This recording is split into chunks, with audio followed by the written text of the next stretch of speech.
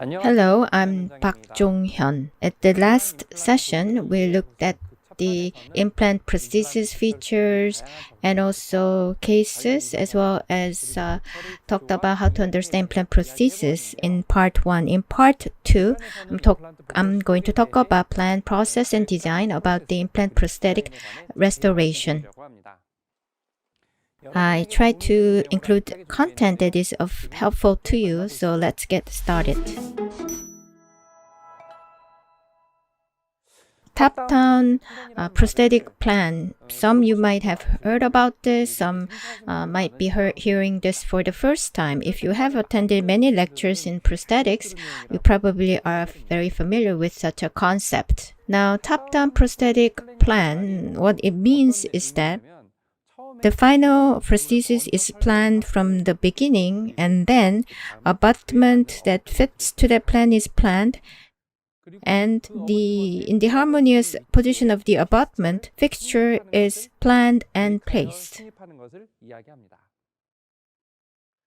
So like now, if there is a buccal bone resorption, which is a common case, then if you deliver implant just considering the remaining bones, the prosthesis would have defect and restoration might be tricky.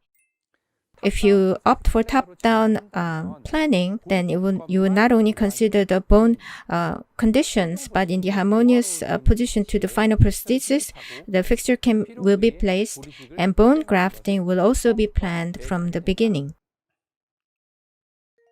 Let's look at the actual case. Due to splits a few years ago, endodontic treatment and crown restoration was done at another dental clinic, but it can no longer be retained, and you also see bone resorption.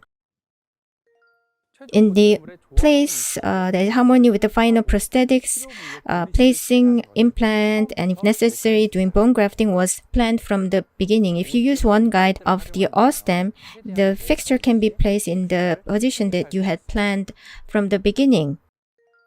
So the fixture was placed in harmonious position to the prosthesis, and for the bone grafting, I perforated cortical bone. Xenografting and then membrane was also delivered, and transmucosal GBR was done.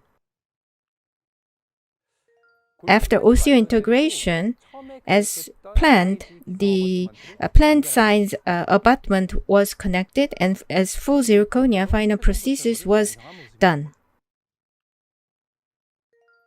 After prosthesis was complete, I took X-ray. With the top-down prosthetic plan, if you do guided surgery, then as you can see, you can have a very predictable and harmonious results. Next, let's look at the prosthetic design. As I explained also in part 1, but let me do it again because it's very important. For me, on the posterior side, as I explained in part 1, I use mostly ER type.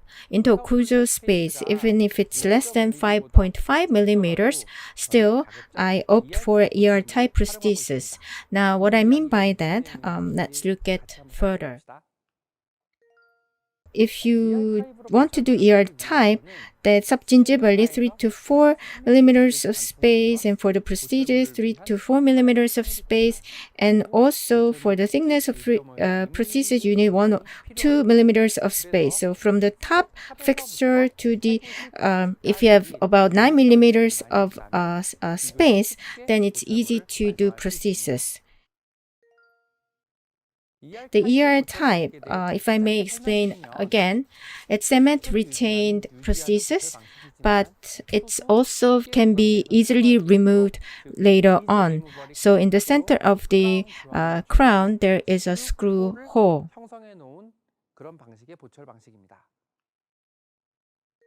Let's look at a case.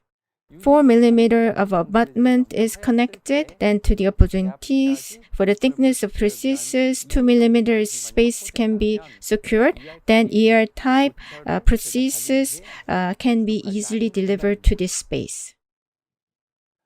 Now, as you can look here, from the fixture tab to the occlusal teeth, if you have about 9 millimeter space available, then it can be cement retained.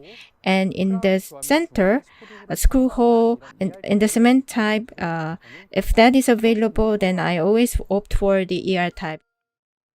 In the past, I also used a few cases using the screw type. But more recently, as there is a different fixture placement direction for the multiple cases, that without the having misfit, it's impossible for placement. So in the multiple case, now I do not use screw types. Plus, after casting, the film can be formed, and in removing the film, the connection area, there is more likelihood for damage. So for restoration, if you lack interocclusal space, then in the past like this, I tried restore with screw type. Now, in case of ER type, even there is a misfit, such a difference can be compensated with thickness of cement. But in screw type, if there is a misfit, the connection of the fixture abutment, it will be concentrated. So after some time, the bone reaction seems to be rather unstable.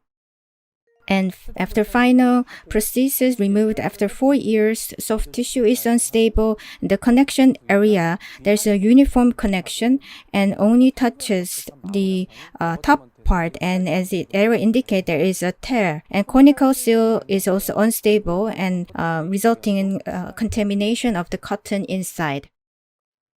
So the misfit, not through the connection. The cement can be compensated with the ER type, so I switch to that. If there's not enough space, then after making 1 feet abutment groove box sandblasting, and it's possible casting is very detailed. And through the such a process, it can be maintained for 7 years very stably. If it has passed 7 years with the screw type, I don't think such result would have been available.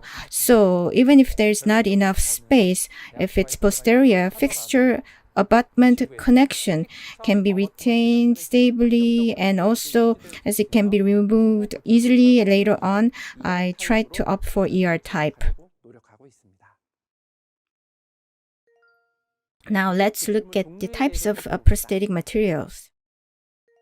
For me, when doing posterior restoration, if there is insurance available, PFM. If insurance not available, I often use zirconia. So whatever material you take, it's desired to have 1.5 to 2 millimeters of space. But if the space is not sufficient, then gold or metal is what I opt for.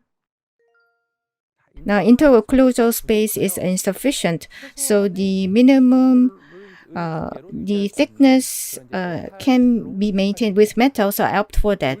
So gold and metal, if they are used, it's more favorable in case there is not sufficient interocclusal space. So this case was really tricky one. To the tear of the opposing teeth, there's not much of extrusion, but because of tear, I could not prep the area, and the interocclusal space was also very insufficient.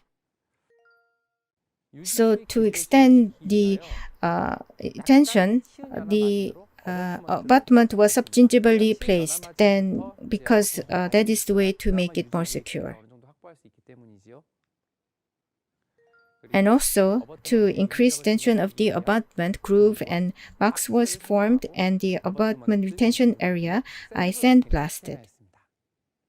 Is ER type restoration was complete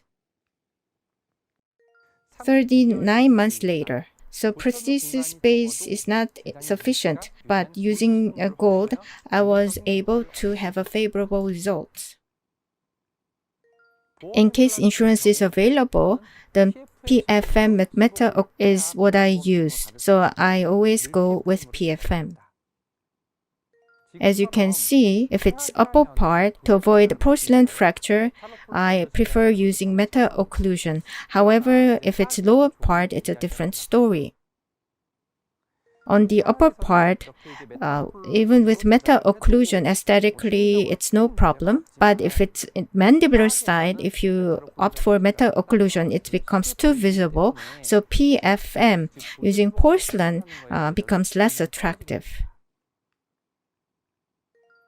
So on the buccal side, porcelain was used, and if PFM was used, and the occlusal surface is the most visible area, and it looks less aesthetic.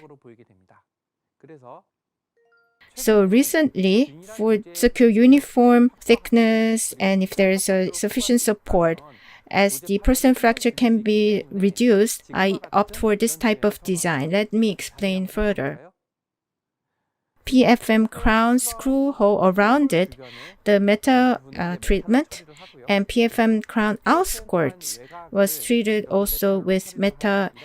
I prefer this type of approach. And if you use this, there was one case there was a fracture, but that's because I designed wrong. If there is a solid metal support, you will not have fracture on your hand. Using metalling, minimize porcelain fracture is what I opt for. It's not very aesthetic, but still more aesthetic than the meta-occlusion, and it was a bit more free from any fracture. So if there is a space sufficient, and it's not insured, then I opt for zirconia.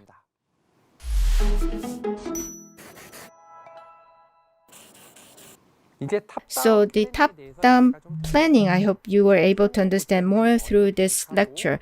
You plan for the prosthetic, select the abutment, and place fixture in the area that is in harmony. It's a very easy step, and I believe in that process, one guide system is very helpful. They say action before words. So if you hesitate, you cannot get things done. So you need to take action. But if you take action without any plans, you just end up being reckless. Same with the prosthetics. For the successful result and to have aesthetic result, you need to have a good plan and thorough plan on your hands. Rather than words, through thorough planning and taking action, I hope you can have good result both for your patient and for yourself. Thank you for your attention.